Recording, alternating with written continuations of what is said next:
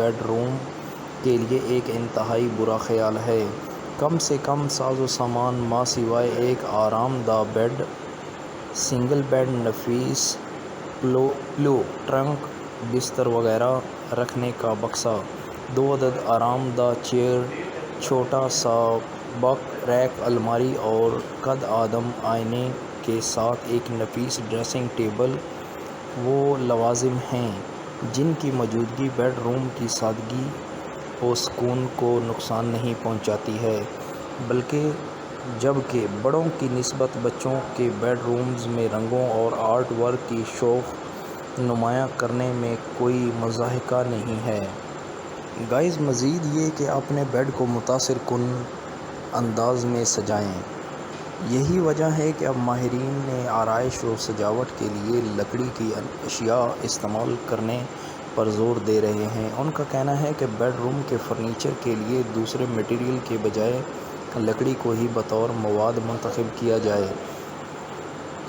دوسری جانب بیڈ کے عقب والی دیوار پر بھی لکڑی کا بیک ڈراپ بنوانا خاصاً مقبول ہوتا جا رہا ہے۔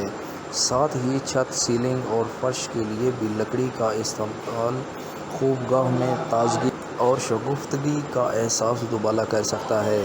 ایک آئیڈیل بیڈ روم وسیع اور کشادہ ہوتا ہے، تاہم جائیداد کی بڑھتی قیمتوں کی وجہ سے چھوٹے مکانات یا فلیٹس میں رہائش اختیار کرنے سے اکثر افراد کے بیڈ روم زیادہ کشادہ نہیں ہوتے۔ یہی وجہ ہے کہ بیشتر گھروں میں بڑے بڑے بیڈ رومز کے بجائے عام سائز کے بیڈ روم زیادہ دیکھنے میں آتے ہیں۔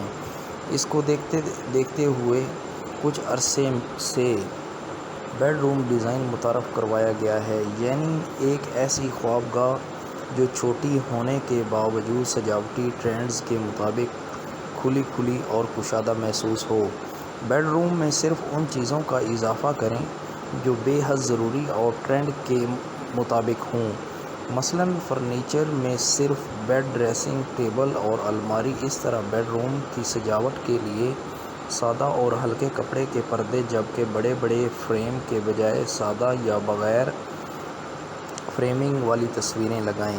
اگر آپ کے بیڈ روم میں کارپیٹ بچھا ہوا ہے تو ٹرینڈ پر عمل کرنے کے لیے آپ کو بیڈ روم سے کارپیٹ ختم کرنا ہوگی۔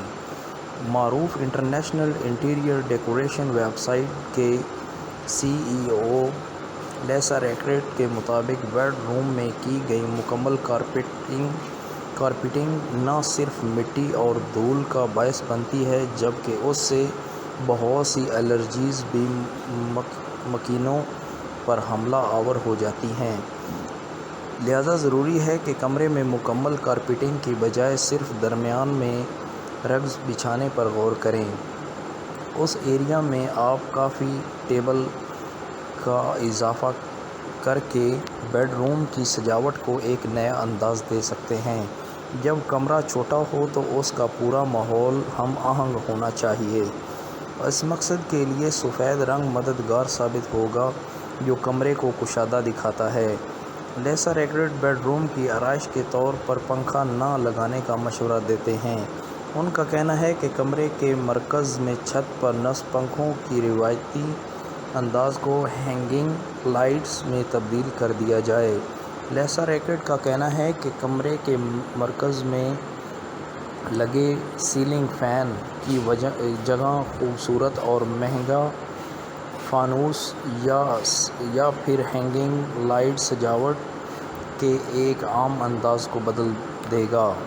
ایسے افراد جو پنکھے کے بغیر اپنا گزارا مشکل سمجھتے ہیں انہیں اس کا متبادل تلاش کرنا ہوگا، مثلاً کارنر فین یا پھر انورٹر AC کی صورت میں۔ دوسری جانب لیسا کا کہنا ہے کہ نئے ٹرینڈ میں ایک کے بجائے 2 پنکھے بھی لگائے جا سکتے ہیں، لیکن یہ ٹرینڈ صرف ان بیڈ روم کے لیے مناسب رہے گا جو خاصے کشادہ ہوں، اور ان کی چھت پر کارنر سائڈ 2 پنکھے اور مرکز میں خوبصورت فانوس بھی لگایا جا سکتا ہے۔ اپنی خوابگاہ میں خوبصورت ماحول پیدا کرنے کے لیے روشنیوں کی تعداد کو بڑھائیں۔ دیدہ زیب لیمپ لگانے کے لیے ہلکی روشنیاں خرید کر لائیں۔ ایسا کرنے سے آپ کو سونے کی جگہ گرمائش اور آرام کا ایک چھوٹا سا خالصتان محسوس ہوگی۔ بہتر تو یہ ہے کہ LED لائٹس لگائیں کیونکہ یہ ماحول دوست ہونے کے ساتھ خوابگاہ میں نرم اور ہلکی روشنی پیدا کرتی ہیں۔ گائز مزید یہ کہ روزمرہ کی بڑھتی ہوئی مہنگائی کو مد نظر رکھتے ہوئے گھر کی سجاوٹ مخصوص بجٹ میں بھی کی جا سکتی ہے۔ اس طرح کی خریداری کے لیے بچت بازاروں کا رخ بھی کیا جا سکتا ہے کیونکہ وہاں kitchen, bed room, drawing room, dining area یا پھر گھر کے کسی بھی حصے کی سجاوٹ کے لیے کم پیسوں میں ہر طرح کی چیزیں آرام سے مل جاتی ہیں۔ کچن گھر کا وہ حصہ ہے جہاں خواتین کا آدھا سے زیادہ دن گزرتا ہے۔ اکثر گھروں میں کچن چھوٹے ہوتے ہیں جس کی وجہ سے اس کی سجاوٹ تھوڑی مشکل ہوتی ہے۔ اگر آپ کا کچن بھی چھوٹا ہے تو کوشش کریں کہ کچن کاؤنٹر پر چیزوں کا ڈھیر نہ لگائیں۔ کوشش کریں کہ زیادہ تر اشیاء کیبنٹ یا کسی باکس میں رکھیں تاکہ چیزیں سمٹی رہیں اور کچن خالی لگے۔ کوشش کریں کہ کچن میں ایک جیسے اور خوبصورت جار کا استعمال کیا جائے۔ کچن میں اگر کوئی کھڑکی ہے تو اسے گلدان سے سجا دیں۔ مزید سجاوٹ کے لیے جگہ جگہ رنگ برنگے نقلی پھل اور سبزیاں بھی لگائی جا سکتی ہیں۔ چھوٹے گھروں کی تعداد زیادہ ہے جس کے باعث بیڈ روم بھی چھوٹے ہی ہوتے ہیں، اس لیے کوشش کریں کہ کمرے میں رکھے جانے والے فرنیچر زیادہ بڑا اور پھیلا ہوا نہ ہو۔ جتنا ممکن ہو سمٹے ہوئے مگر خوبصورت فرنیچر کا انتخاب کریں۔ کمرے میں کم سے کم اور صرف ضروری سامان رکھیں تاکہ کمرہ صاف لگے۔ بیڈ کی عقبی دیوار یا کسی بھی ایک دیوار پر خوبصورت فریم لگائیں، اس سے کمرہ اچھا لگے گا۔ خوشگوار رنگوں کے پردوں کا انتخاب کمرے کو مزید خوشگوار انداز دے سکتا ہے۔ کوشش کریں کہ فرنیچر کی پالش ہمیشہ درست حالت میں رہے، اس سے مجموعی تاثر میں مثبت انداز مرتب ہوتے ہیں۔